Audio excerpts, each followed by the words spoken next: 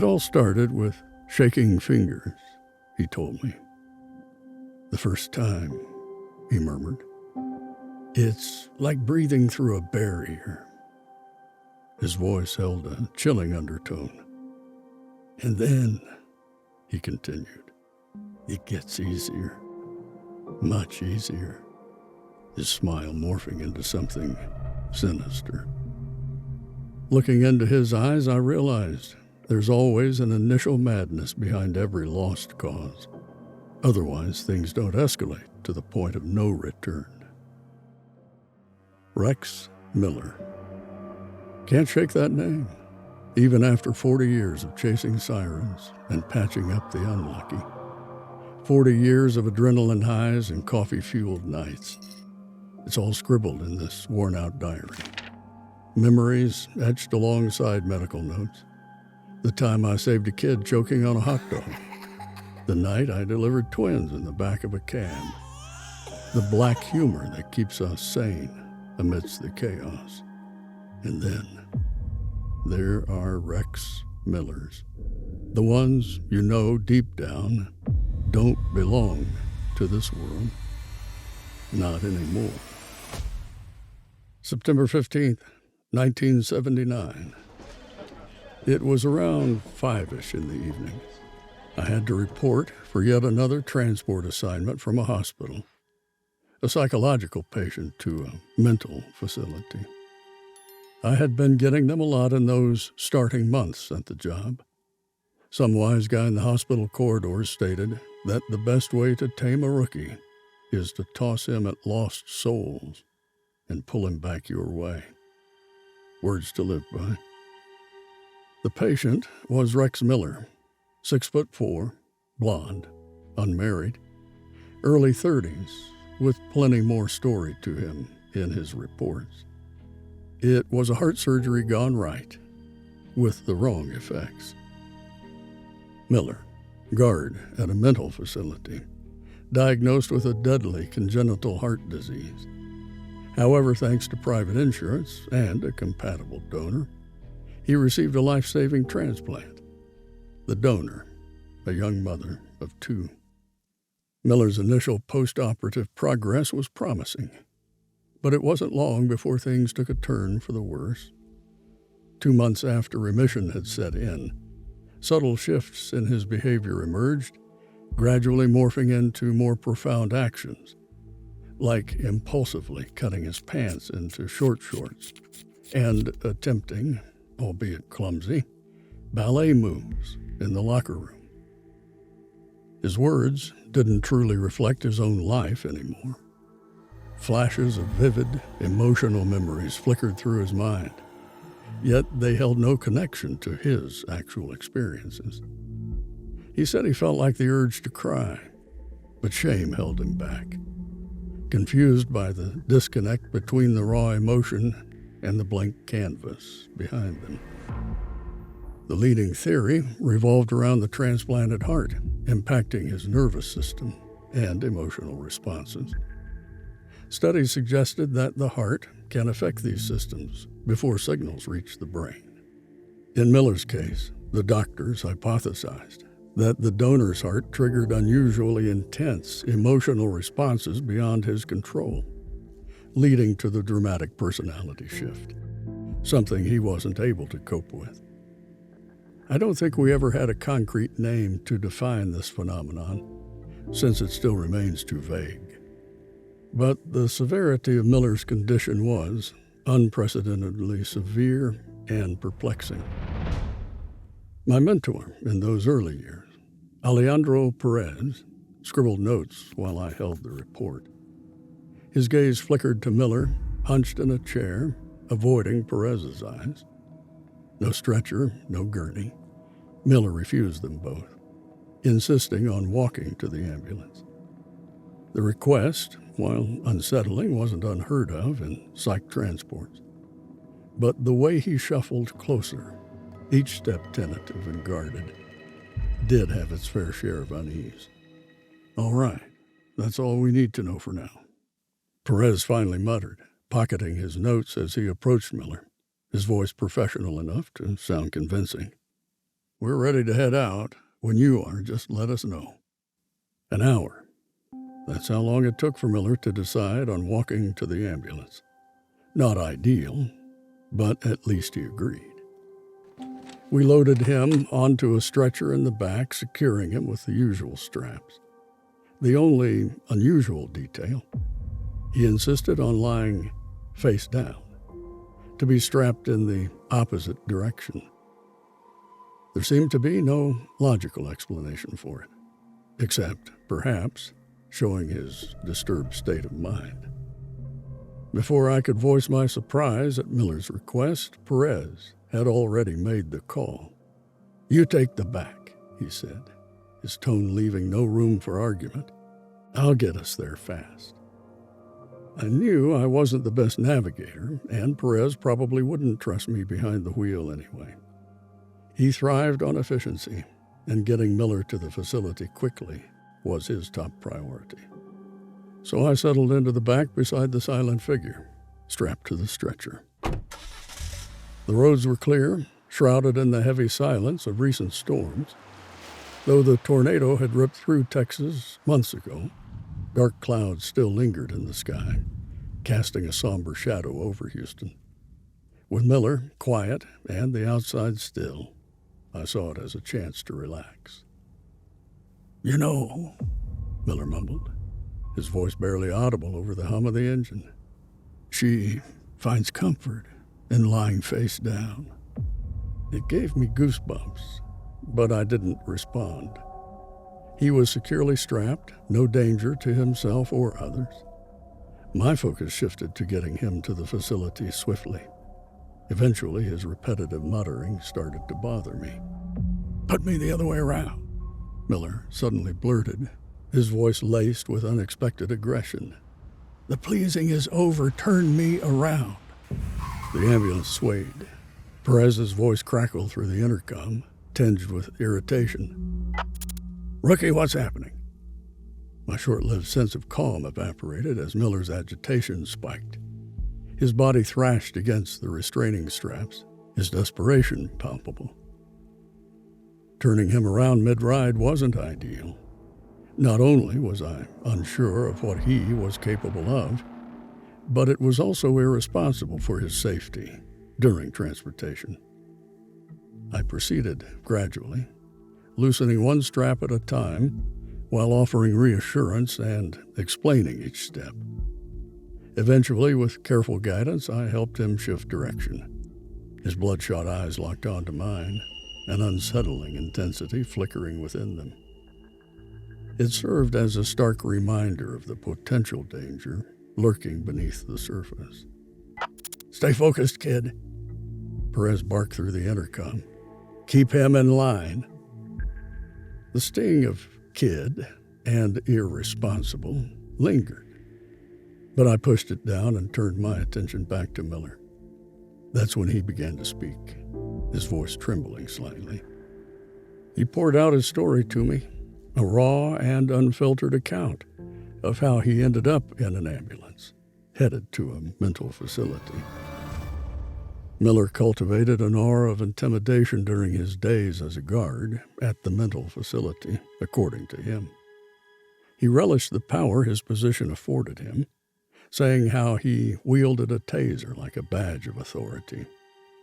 Maintaining control to him felt like a game, and he thrived on the fear he instilled in both patients and fellow guards. However, this carefully constructed facade of his crumbled during a seemingly routine incident. A group of patients orchestrated a meticulously planned escape attempt. Miller, caught off guard, found himself incapacitated. They didn't knock him out. They exploited a vulnerability he had meticulously hidden, his crippling claustrophobia. Something I didn't read in his reports or the briefing. They trapped him in a narrow storage closet that triggered a silent panic attack, rendering him immobile. The failed escape left an enduring mark on Miller, earning him the nickname Ghost, a taunting label crafted by his colleagues, a persona seemingly present but hollow within. The tremor in his fingers after that incident forced him to take a few days off work. He admitted his dislike for elevators, finding them unsettling and restrictive. But being trapped in that closet for hours had triggered a full-blown panic attack, revealing his true fear, claustrophobia. "Did you ever see a doctor about it? Maybe a therapist?" I asked. He shook his head, his expression guarded as his fixated eyes drifted from mine. "Nah, I didn't want them slapping a label on me. Once they call it something, you're stuck with it. You know, like a scarlet letter." I'd seen this kind of resistance before, the fear of diagnosis morphing into a strange denial, like somehow ignoring the problem would make it disappear.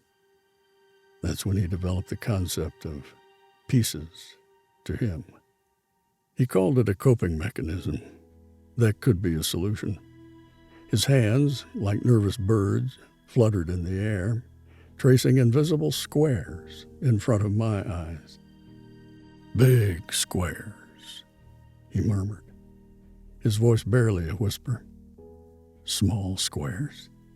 The words were a mantra, a desperate attempt to perhaps quiet the unease brewing within him. I held out the pages from the report that included samples of his so-called pieces. Irregular squares on a page, meticulously drawn at first, dominated the center, their edges bleeding into smaller forms that sprawled outwards like a chaotic constellation. "They're not supposed to be perfect, you see. The moment they are, the shaking stops." A humorous chuckle escaped his lips. I offered a hesitant smile in response, unsure how else to react. A single page stood out amidst the sea of imperfect squares. It held a series of perfect circles, drawn with an unsettling precision that contrasted sharply with the rest. My gaze flickered to Miller, seeking an explanation. "Why the circles?" I asked, my voice barely above a whisper. "If you can draw these perfectly, why not the squares?" He met my eyes, a flicker of something akin to fear crossing his features. "They're not mine," he rasped, his voice tight. Back at work, the once intimidating Miller felt like a cracked mirror, his forced bravado failing to drown out the patient's cries that now echoed loudly in his ears.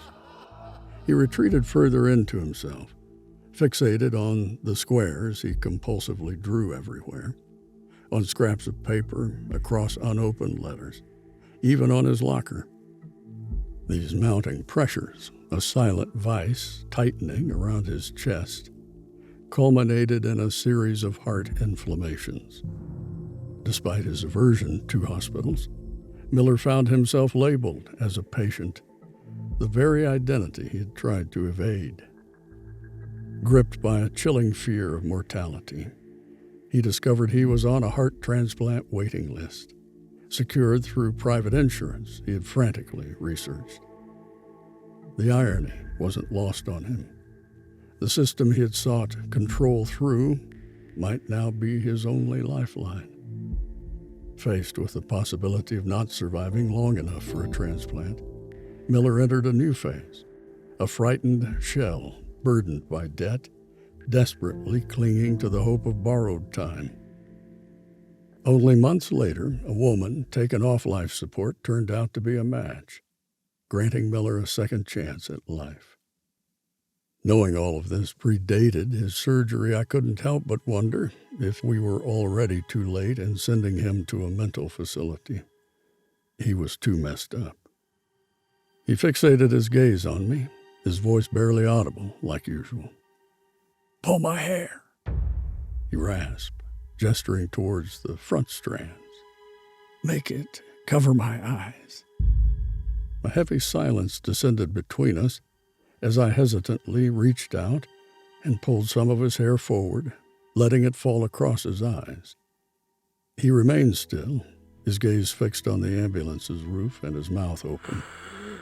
After a few tense minutes, he spoke again. his voice low and raspy. "Done," he murmured. "That's it. The surgery's complete." I frowned, unsure how to respond. His words were cryptic, laced with a strange conviction that left me unsettled. "What's different now, Rex?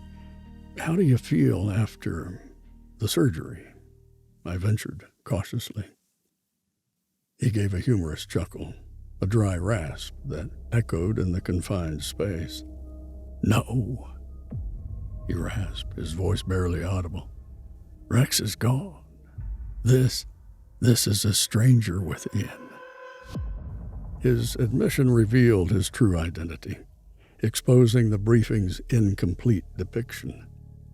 Miller's unsettling storytelling clarified his trajectory, drawing me in with its rawness. Yet guilt-nagged.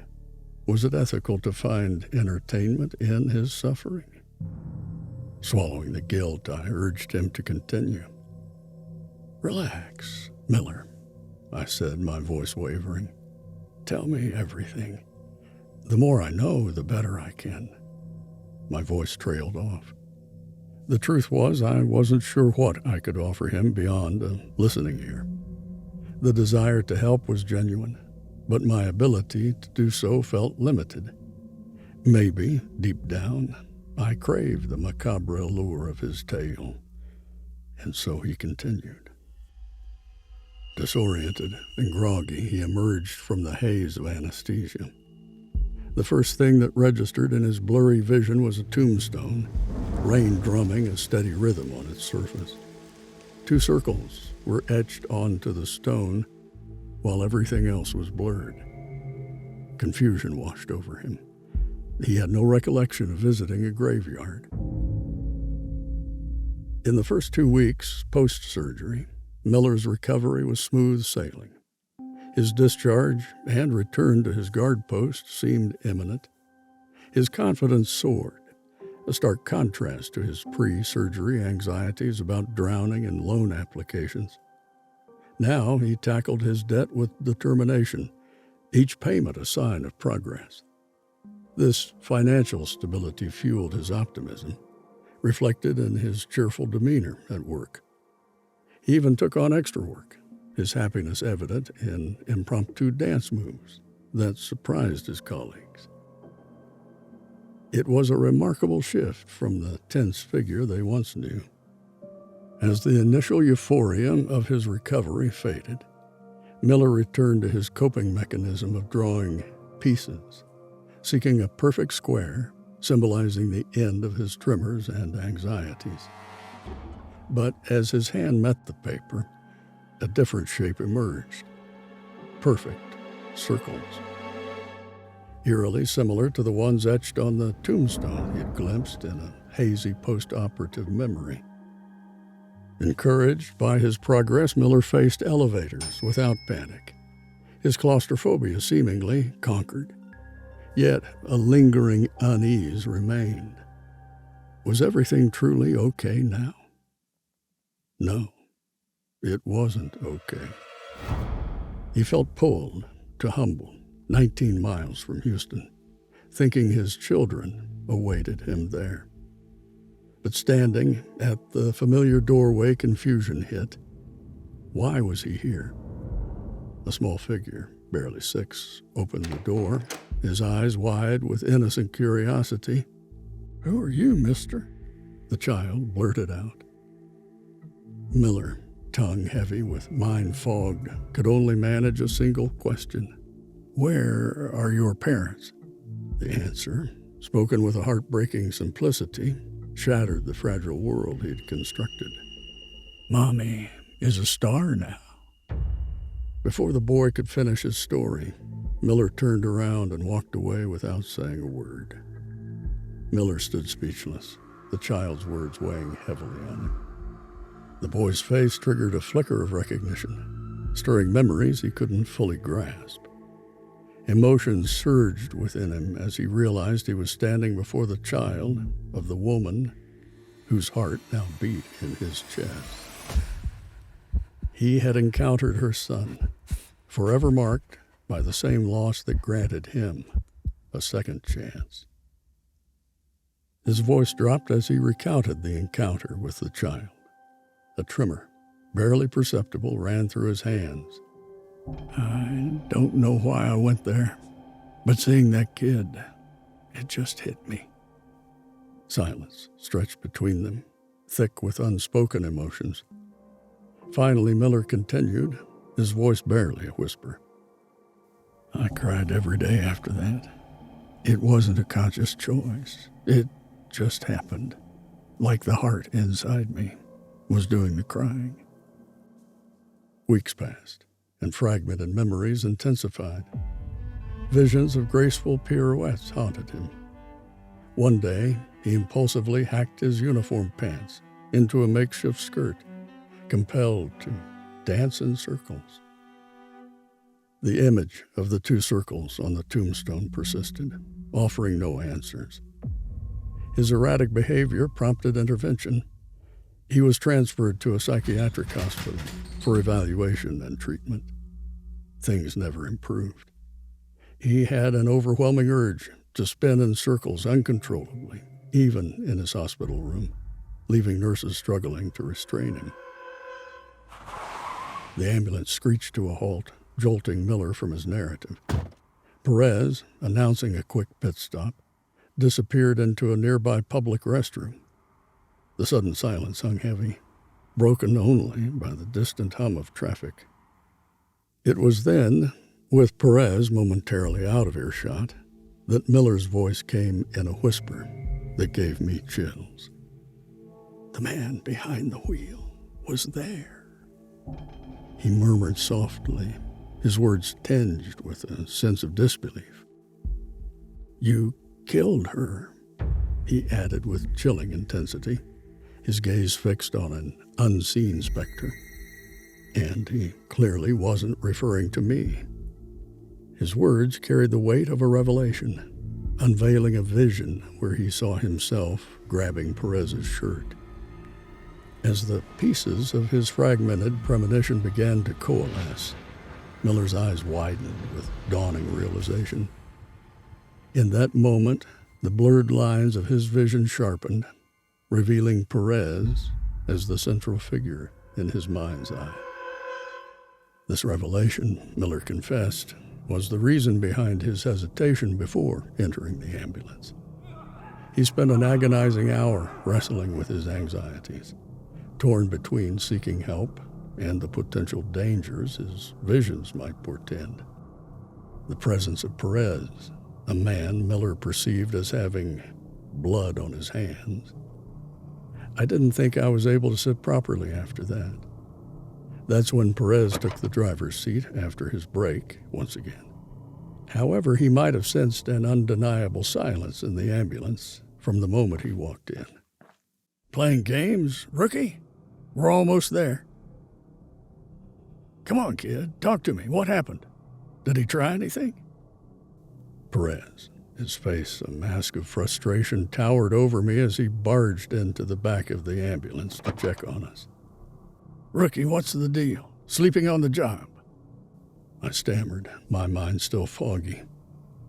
Rex Miller. He said you two had met before.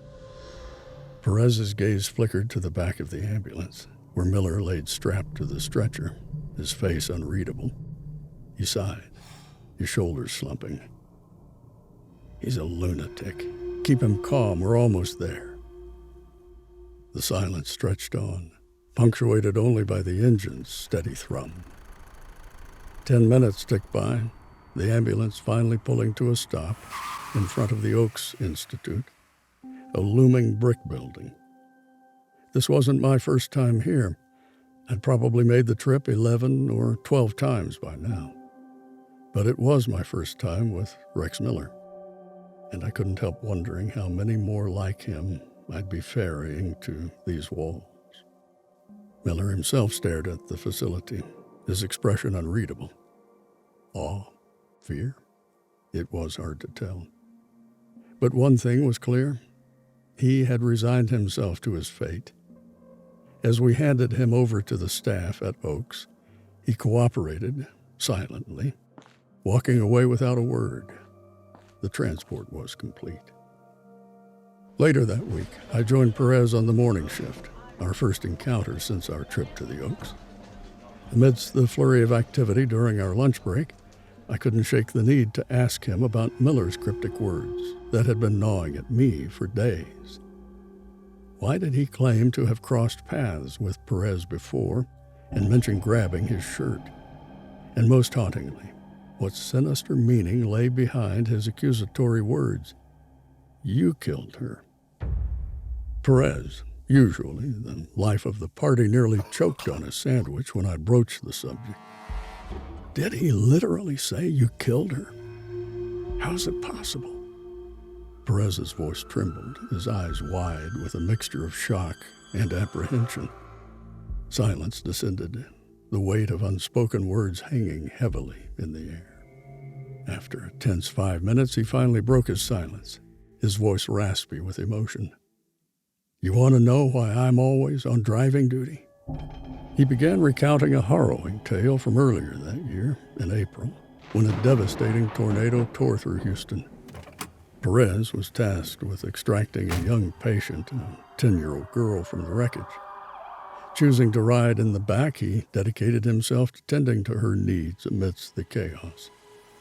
The storm had turned the roads into a nightmare, forcing their ambulance to crawl through traffic at a snail's pace.